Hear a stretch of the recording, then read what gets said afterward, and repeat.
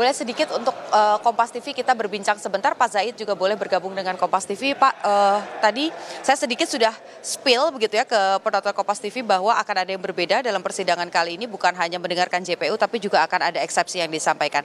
Poin-poinnya apakah spesifik soal kejanggalan-kejanggalan yang terjadi, Pak Zaid dulu? Ya, tentu dalam menerapkan aturan itu sesuai ketentuan hukum pidana harus ada aturan tersebut terlebih dahulu sebelum orang dikenakan pidana. Dalam Undang-Undang Tipikor dinyatakan secara jelas aturan-aturan apa saja yang masuk dalam kategori korupsi dalam tindak pidana korupsi.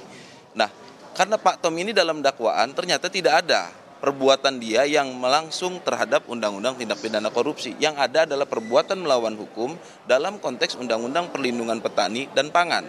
Nah, harus ada korelasi di situ adalah pasal 14 itu tadi. Nah, sayangnya dalam dakwaan pasal 14 ini tidak ada. Jadi korelasinya kedua undang-undang ini terhadap Pak Tom apa?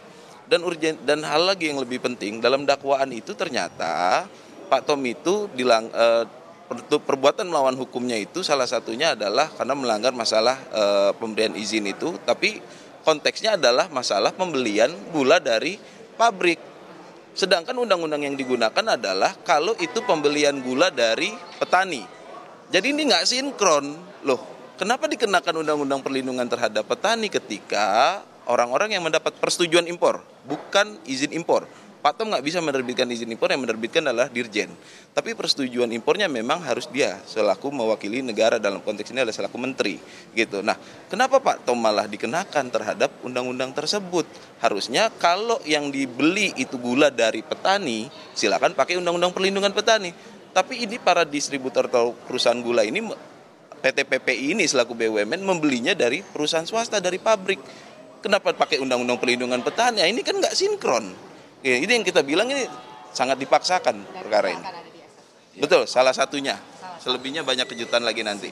Oke, baik. Nah, terakhir, ini kan juga informasinya akan ada tokoh dari mantan Gubernur Jakarta yang akan datang, Pak Anies Baswedan. Nah, itu apakah terkonfirmasi tetap akan datang? Itu kebutuhannya apa? Apakah untuk memberikan dukungan atau menjadi saksi atau seperti apa? Ya, beliau sudah konfirmasi hadir dan on the way sebentar lagi sampai. Beliau hanya sebagai sahabat. Ya, sebagai sahabat tentunya dalam suka dan duka selalu bersamalah.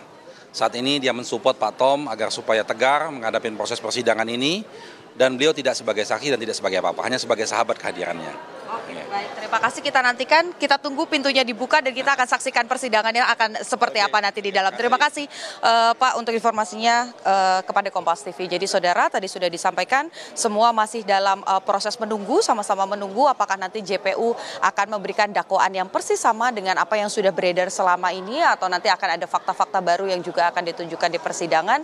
Dan tentu saja kita juga nantikan apakah Anies Baswedan ini akan tiba di Tipikor Jakarta Pusat. Adisti, kembali ke Anda di studio.